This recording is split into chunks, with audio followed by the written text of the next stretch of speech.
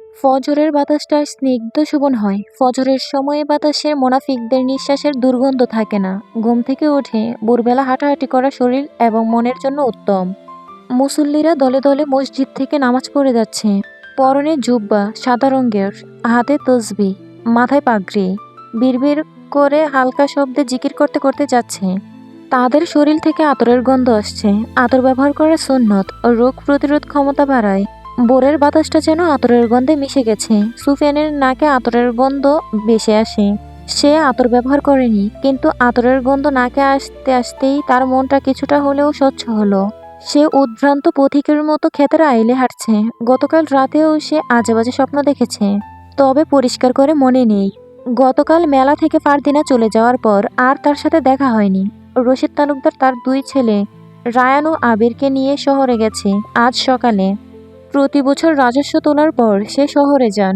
কী কাজে যান সুফিয়ান জানে না। ফারদিনা সুযোগ কাজে লাগিয়ে দেখা করতে আসবে বলেছে, এখনও আসছে না।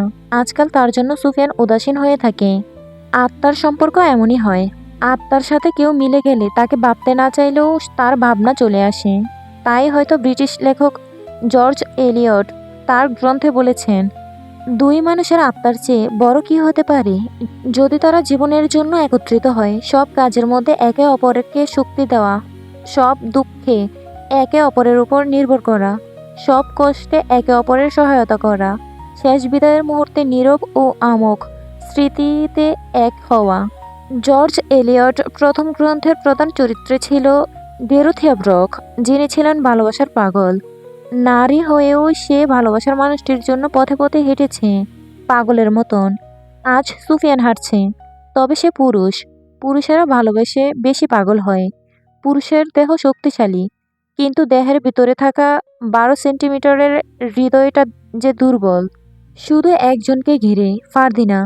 কাল আজমাত ফারদিনার হাসির প্রশংসা করছিল।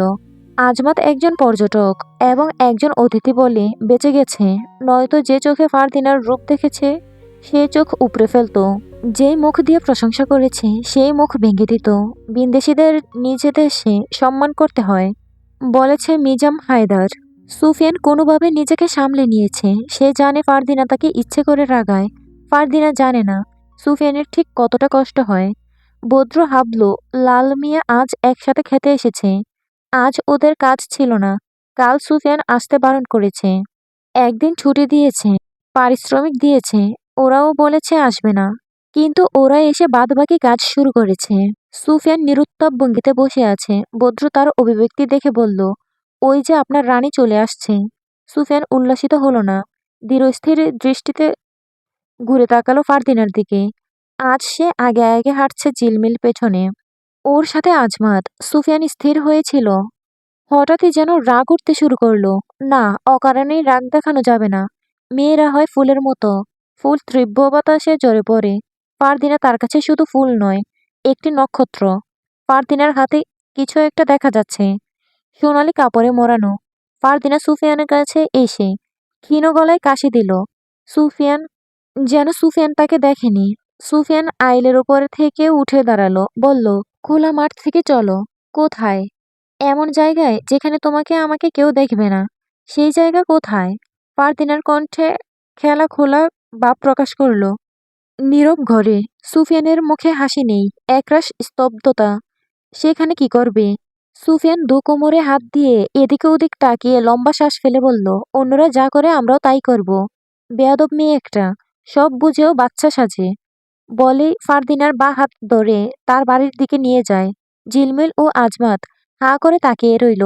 বদ্র, হাবলু, লাল মিয়া নিজেদের মধ্যে বলল, এদের প্রেমের জোয়ারে ভেসে যাই আমরাও।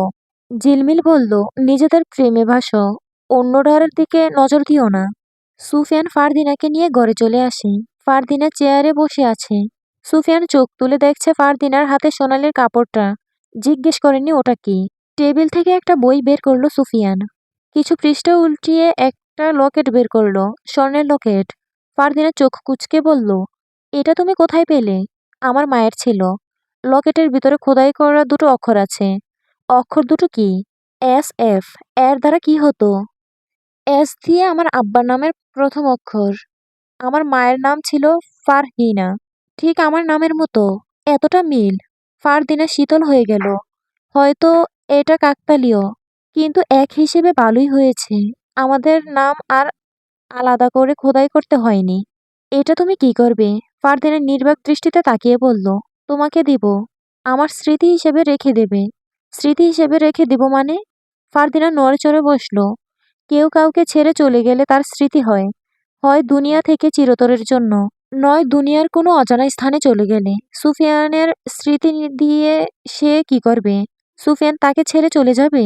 সুফিয়ান কয়েক সেকেন্ড চুপ থেকে বলল, আমি বলতে চেয়েছিলাম তোমাকে দেয়া আমার প্রথম উপহার, যত্ন করে আগলে রাখো। তুমি ভুল বলো না কখনো। আজ কেন ভুল বললে? কখনো কখনো ভুল বলতে হয়। অপর মানুষটিকে সত্যতা যাচাই করা যায় না। কেমন সত্য?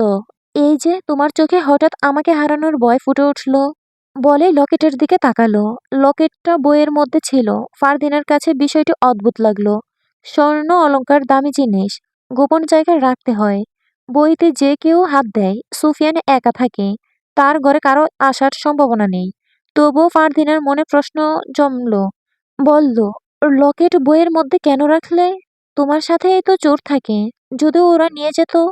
শোনো, দামি জিনিস দামি জায়গায় সংরক্ষণ করতে হয় না, এমন জায়গায় সংরক্ষণ করতে হয় যে জায়গাটি সবার সন্দেহের বাইরে থাকে।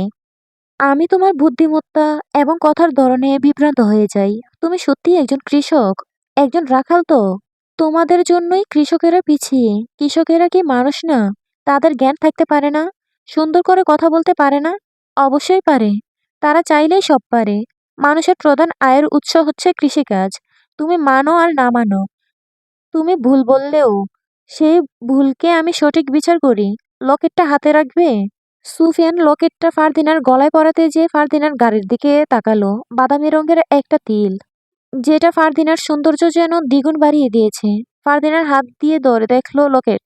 সুফিয়ান একটা মাটির পাত্রে জল নিয়ে আসলো। ফারদিনার সামনে ঝুঁকে বলল, নিজেকে দেখো কত সুন্দর দেখাচ্ছে, একদম পরীর মতো। ফারদিনা জলে দেখছে নিজের প্রতিবিম্ব। সুফিয়ান বলল, চলো দিঘির পাড়ে যাই। দিঘির পাড়ে বক পাখি বসেছিল, তাদের দেখেই পাখনা মেলে উড়ে গেল। আজ সূর্য উঠেছে, সবেই সূর্যের দেখা মিলেছে। সকাল থেকে কুয়াশায় ঘেরা ছিল। তখনকার সাথে এখনকার আবহাওয়ার পার্থক্য অনেক। পরিবেশটা শান্ত, শীতল, কিন্তু কোনো এক কারণে যেন রোদেরা উজ্জ্বল হাসছে। রোদের সৌন্দর্য আজ পরিপূর্ণভাবে ফুটে ওঠেনি। ফারদিনা দেখছে তীব্র আলো, সুফিয়ান দেখছে না সেই আলো। তার চোখে ফারদিনার রূপ সূর্যের আলোর থেকেও দ্বিগুণ উজ্জ্বল। ফারদিনার গলায় লকেটটা রোদে পড়ে চিকচিক করছে, রোদেরা যেন ঝিলিক মারছে। ফারদিনার হাতে সোনালি কাপড়টা মোড়াচ্ছে, লম্বা লাঠি জাতীয় কিছু একটা। সুফিয়ান জিজ্ঞেস করলো, এটা কি? কখন থেকেই দেখছি হাতে। ফারদিনা টান টান চোখে সুফিয়ানকে দেখে বলল, তোমার জন্য একটা উপহার এনেছি। কি এনেছ? স্বর্ণের বাঁশি। তোমার কণ্ঠে অনেকদিন সুর শুনি না। আজ এখন নয়, অন্য কোনো সময় তুমি তোমার অনুভূতির সুরে বাঁশি বাজাবে। ফারদিনা কাপড় থেকে বের করলো, বাঁশিটা সুফিয়ানের হাতে নিল। ঘুরিয়ে ঘুরিয়ে দেখলো। সুফিয়ান বাঁশি রেখে দিঘির জলের দিকে তাকালো।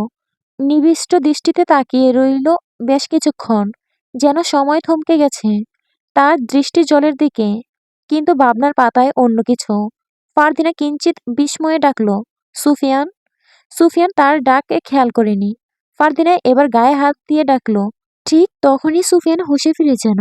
হঠাৎ করে ঝাপসা কণ্ঠে বলল, বিনতি। ফারদিনা সুফিয়ানের মুখে এমন নাম শুনে আঁতকে উঠল। বলল, বিনতি কি?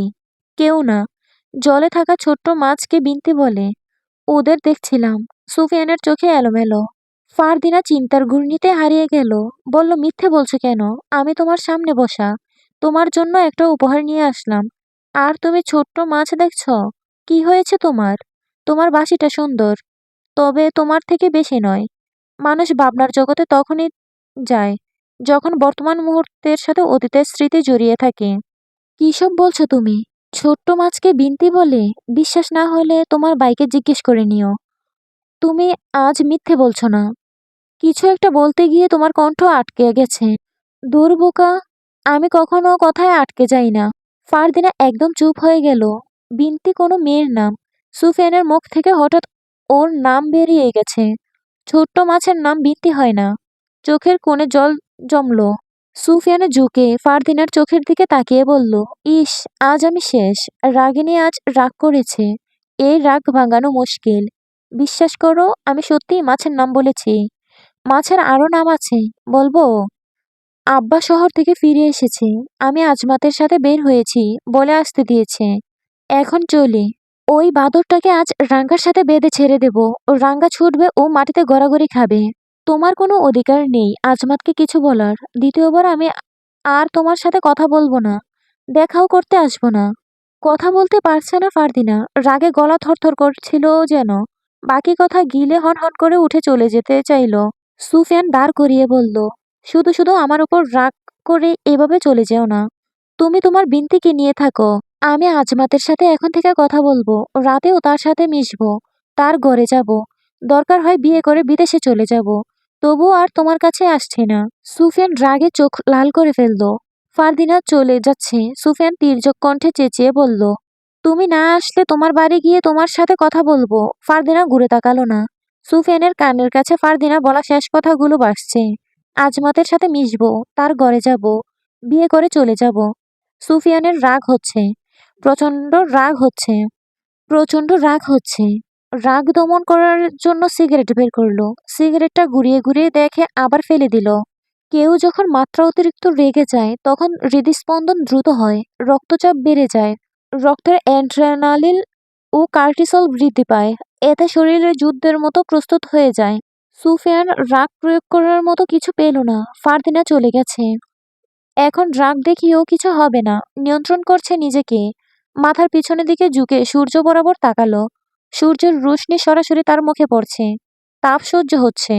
সূর্যের তাপের থেকে ফারদিনার শেষ কথাগুলো বেশি তিক্ত ছিল। আশেপাশে তাকালো স্থির চোখে। হাতে বাঁশিটা দেখলো, আলতো করে স্পর্শ করলো। যেন একটি স্বর্ণের নয়, তুলার তৈরি। সন্ধ্যার সময় কুদ্দুস রান্নাঘরে খুঁটিনাটি কাজ করছে। আজ সারাদিন ভেবেছে ফারদিনাকে কিভাবে পাওয়া যায়। ও যেদিন থেকে এই বাড়িতে প্রথম এসেছে সেদিনই ফারদিনাকে দেখে প্রেমে পড়েছে। ফারদিনাকে প্রেমের প্রস্তাব দিয়েছে কিরগিজ ভাষায়। ফারদিনা সেদিন হেসে উড়িয়ে দিলেও বলেছে তার সিদ্ধান্ত জানাবে, কিন্তু জানায়নি। কুদ্দুস হতাশায় ভুগছে। বিকেলের দিকে একজন তান্ত্রিক এর নাম মনে শোনে। কালীচরণ তান্ত্রিক। সে কালো জাদু করছে আজ দীর্ঘ ৩০ বছর ধরে। কালীচরণের খোঁজ দিয়েছে রশিদ এর অন্যতম বিশ্বস্ত অনুচারী। কুদ্দুস ফারদিনার জন্য তান্ত্রিকের খোঁজ করছে। বিষয়টি লুকিয়ে মিথ্যে বলে সেই তান্ত্রিকের সন্ধানে যায়। তার কাছে বিস্তারিত বলার পর একটা মাটির পাত্রে জল দিয়েছে। বলেছে এই জল রাত ১২টার আগেই যেন ফারদিনাকে খাওয়ানো হয়। তাহলে কুদ্দুসের প্রেমে পড়ে যাবে। কুদ্দুস হাসছে। আজ সে ভীষণ খুশি। ফারদিনাকে নিজের করে পাবে। সময় শুরু হয়ে গেছে। এখনই খাওয়ানো দরকার। হাতে জলের পাত্র নিয়ে রান্নাঘর থেকে বেরিয়ে যেতেই দেখলো রশিদ তালুকদার বৈঠকখানায় বসে আছে। সাথে রায়ান ও আরিফ এবং জেবুন্নেসা। কিছুক্ষণ পর রায়ান, আরিফ ও জেবুন্নেসা চলে যায়। রশিদ বসেই আছে। কুদ্দুস জলের পাত্রটা পুনরায় রান্নাঘরে নিয়ে গেল। রশিদ বিষয়টি দেখে ডাকলো, কালু, খেজুরের রস নাকি? নিয়ে আয়, গলাটা শুকিয়ে গেছে। রস খেলে ভালোই হবে। কুদ্দুস মহা বিপদে পড়ল। রশিদ শহরে গিয়েছিল। এত তাড়াতাড়ি শহর থেকে আসার কথা নয়। কুদ্দুস কি করবে বুঝতে পারল না। অপ্রস্তুতভাবে উত্তর দিল, জল তেষ্টা পেলে জল খেতে হয়, রস না। মাথা গরম করিস না, নিয়ে আয়। কুদ্দুস নিয়ে আসলো। কিন্তু এটা রস নয়, জল। কালো জাদুর জল। এই জল কিছুতেই খেতে দেওয়া যাবে না। প্রসঙ্গ বদলে কোনোভাবে এখান থেকে ছুটে পালাতে হবে। সোজা ফারদিনার কাছে। কুদ্দুস বলল, আপনার না শহরে যাওয়ার কথা? মাঝপথে গিয়ে ভাবলাম আজ না গেলেও চলবে, পরে একদিন যাব। কেন? আমি আসাতে বুঝি তুই খুশি হসনি? আপনার বাড়ি, আপনি আসবেন। আমার ভালো লাগা না লাগাতে কি আসে যায়? বকবক না করে রস দে। এটা রস না। তাহলে কি? কুদ্দুস এখন কি বলবে? রশিদের থেকে এত সহজে পালাতে পারবে বলে মনে হয় না। রশিদ ছড়ি পাত্রে ঠুকে বলল, কি হলো? কি আছে এটাতে? এমনভাবে ধরে রেখেছিস যেন তোর প্রাণ লুকিয়ে রেখেছিস। হুঁ, তেমনই। দে দে, জলদি দে। তোর সাথে ঝগড়া করার আমার কোনো ইচ্ছে নেই। রসটা দে, খেয়ে ঘুম দিতে হবে। রস খেলে ঘুম হয় জানিস তো? না, সবে জানলাম। আমি রস দেব না। আমার খাওয়ার জন্য এনেছি। পাত্রটা আমার কাছে দে। তুই হাঁ করে তুই হাঁ কর, আমি ঢেলে দেই। তুই এক চুমুক খা, বাকিটা আমি খাবো। না, কিছুতেই দেয়া যাবে না। এদের কথোপকথনের মাঝে হাজির হয় ফারদিনা। সে বলল, তোমরা কি নিয়ে কাড়াকাড়ি করছো? দেখ মা, কালু আমার রস খেতে দিচ্ছে না। ওকে বাড়ি থেকে বের করে দিয়ে আয় যা। রেগে গেলেন রশিদ। ফারদিনা কুদ্দুসকে লক্ষ্য করে বলল, কি কুদ্দুস ভাই, রসটা দিচ্ছেন না কেন? আব্বা খেতে চাচ্ছে, দাও।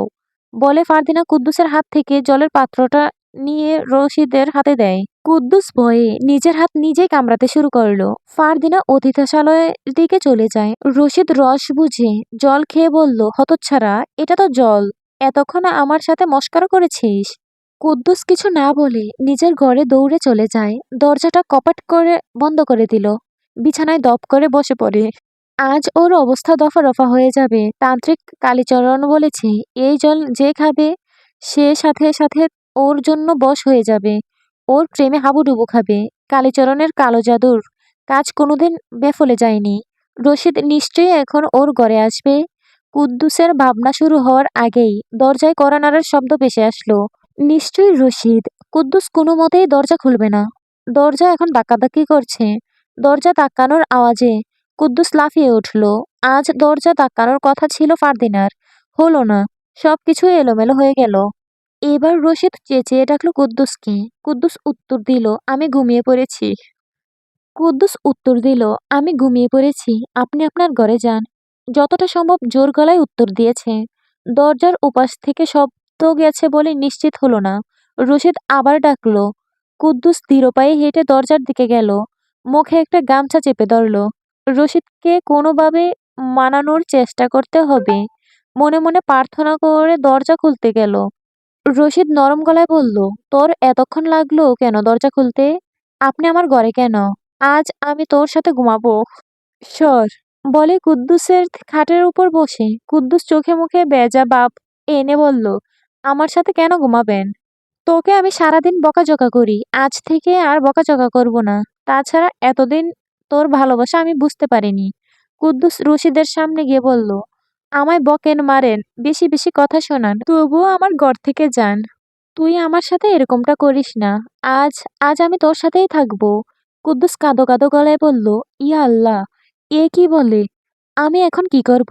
কই যাব? রশিদ ঠান্ডা গলায় ছড়ি ওর দিকে ঠুকে বলল, তোর কি আমাকে পছন্দ না? আমার অর্থ সম্পত্তি কোনো কিছুর অভাব নেই। কি নেই আমার? সব আছে। কি চাই তোর বল? কুদ্দুস মেঝেতে বসে পড়ে কপাল চাপড়াতে চাপড়াতে বলল, এ আমি কি করলাম? এখন আমি কোথায় যাব? আপনি দয়া করে আমার ঘর থেকে যান। কেউ আপনাকে এই অবস্থায় দেখলে হাসাহাসি করবে। কেউ আপনাকে এই অবস্থায় দেখলে হাসাহাসি করবে। কুদ্দুস রশিদ কুদ্দুসের সামনে হাঁটু গেড়ে বসে বলল, তুই চাস আমি চলে যাই? আমি গেলে তুই সত্যিই খুশি হবি? হুঁ, জলদি যান। আর আমি দেখতেছি কি করে আমার বশ কাটানো যায়। এটা মনের মিল কালু, বস না। আপনার ছেলেরা দেখবে, হাসবে। আপনার ঘরে যান। তোর ঘরে থাকলে সমস্যা, তাই না? তুই আমার ঘরে চল, বেশ মজা হবে। কুদ্দুস বসা থেকে শুয়ে পড়ল মেঝেতে। কান্না করতে করতে বলল, আমি আর কোনোদিন তান্ত্রিকের কাছে যাব না। আল্লাহ, এবার আমার মাফ করে দাও। রশিদ বলল, চুপ, কাঁদিস না, আমি আগে যাচ্ছি, তুই পরে আয়। রশিদ যেতে যেতে কয়েকবার পিছনে ঘুরে কুদ্দুসকে দেখলো। কুদ্দুস মনে মনে স্বীকার করলো, এবারের মতো বেঁচে গেছে, কিন্তু যত দ্রুত সম্ভব বশ কাটাতে হবে। রশিদ গুনগুন করে গান গাইতে গাইতে সিঁড়ি বেয়ে উপরে উঠছে। চাঁদের আলোয় তোর মুখ জ্বলে, হৃদয় আমার শুধু তোরে ডাকে, বাতাসে ভেসে আসে নাম তোর, প্রেমের সুর মন খুশিতে নাচে। জেবুন্নেসা রশিদের সামনে বেশ হন্তদন্ত হয়ে ছুটে এলো। রশিদ দাঁড়িয়ে গেল। জেবুন্নেসা ফিস ফিস করে বলল, ভাই, শুনেছিস? গতকাল মেলা থেকে 15টা বাচ্চা গায়েব হয়ে গেছে।